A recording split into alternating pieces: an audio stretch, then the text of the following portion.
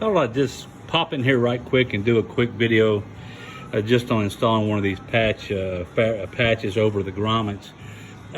It's drying up right now, so I'm going to keep moving, but it's kind of, you have to learn how to kind of do this.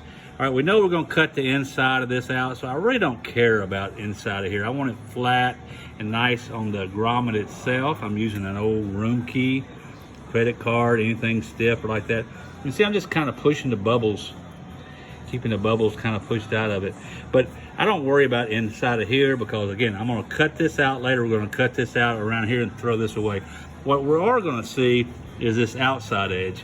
So, and this one is a kind of a hard one because it's bending over the top. So what I've done is I made it pretty wet. I got a pretty wet amount of poly brush in there. And of course the light's on the wrong side. But I'm using this card and I make sure I'm keeping it pushed up against the side of this grommet like this. And as it dries, I just keep kind of working it down. You can turn it that way and push any air bubbles you might have down this way, come to this side. I'm not worrying about the top right now. I'm gonna have to take my iron and iron this just a little bit here later. So right now I'm not too worried, about this. I'll try to kind of push it down, but it isn't. So I'm gonna work this later. While I'm talking about this, these patches you gotta be very careful with. This is light fabric. So you touch an iron to it like this and you'll see it shrink up, it'll shrivel up on an edge. So leave your iron away from this right now unless it's really cool. Once you glue it down and get some poly brush on it and it's holding it flat, then you can use your iron along the edges when we pink the edges later. I mean, when we nib the edges. But so here I'm just kind of continuing as it dries up. I'm continuing to push it out. A lot of times I'll pick this corner up just like this and leave a slot there, see, so the air can come out. So I'm coming down this side, keeping it nice and flush this way, working it down, keeping the air out of it, just keeping it working down. As it dries, it'll begin to stick, but you just have to keep working it. When you first put this on here, it won't want to bend, but as it gets wet, it gets more pliable. So get it wet with a lot of poly brush around this edge, around the edges of the grommets. And then just keep working it, pushing it up.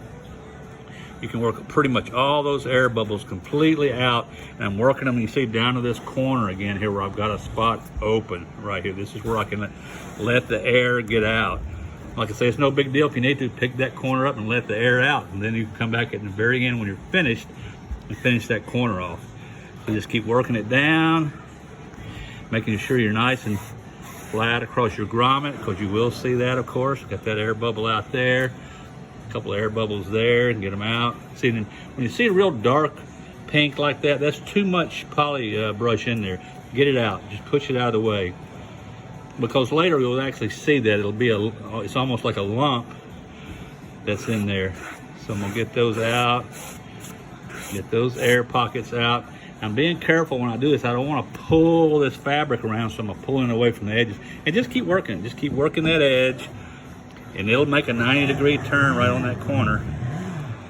And come around, get that air out of that corner, come around to the edge.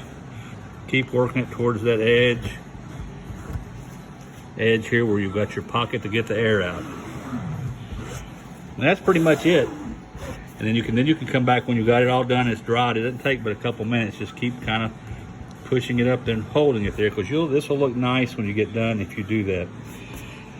And once I let it get good and dry kind of right in here, then I'm gonna come back and take a very cool iron and just barely try to kind of iron these corners out, because they'll have to making that turn. But if you get it too hot, it's gonna shrink and shrivel and it'll look ugly, okay? So that's the best way to go around the plastic grommets. Remembering, don't worry about the inside. You're going to cut them out. The same thing on your inspection covers, and like here too. So you're going to cut this. We're going to cut this whole thing out here. You can see where this grommet is gone. We're just putting that tube right in that first little place right there. So when we cut it out, this metal, the tube where it's going to slide through, it's going to go right next to that right there.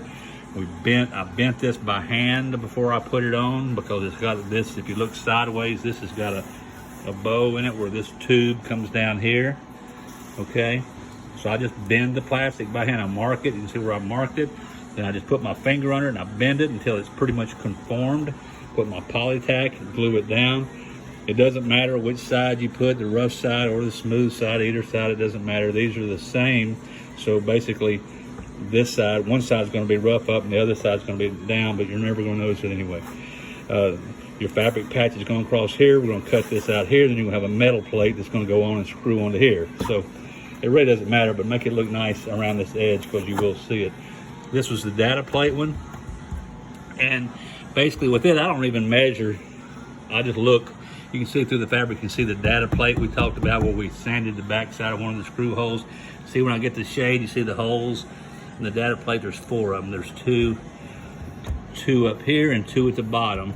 So I just take the patch and see, I just centered it. There's 2 holes right here and here.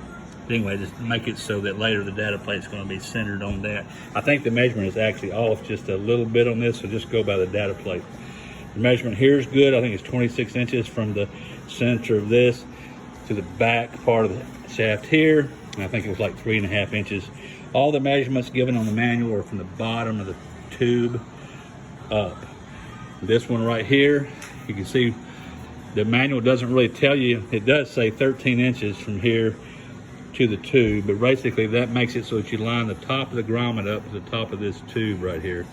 See it right there? So when you cut it out, then it's going to be pretty much, this is covering the tube, so you're going to have all workable area. And this is where your trim piece goes into, where you're going to go across the front and actually moves your trim in front of your stabilizer right there. So I just make it right there, parallel, right down along with that tube. And then I think it was 22.8 inches or something like that. Anyway, that measurement is from the center of this tube to this aft side of the grommet, whatever that measurement was, like 22.8 or something in the manual. It goes to the front side, then just put the top part up across here.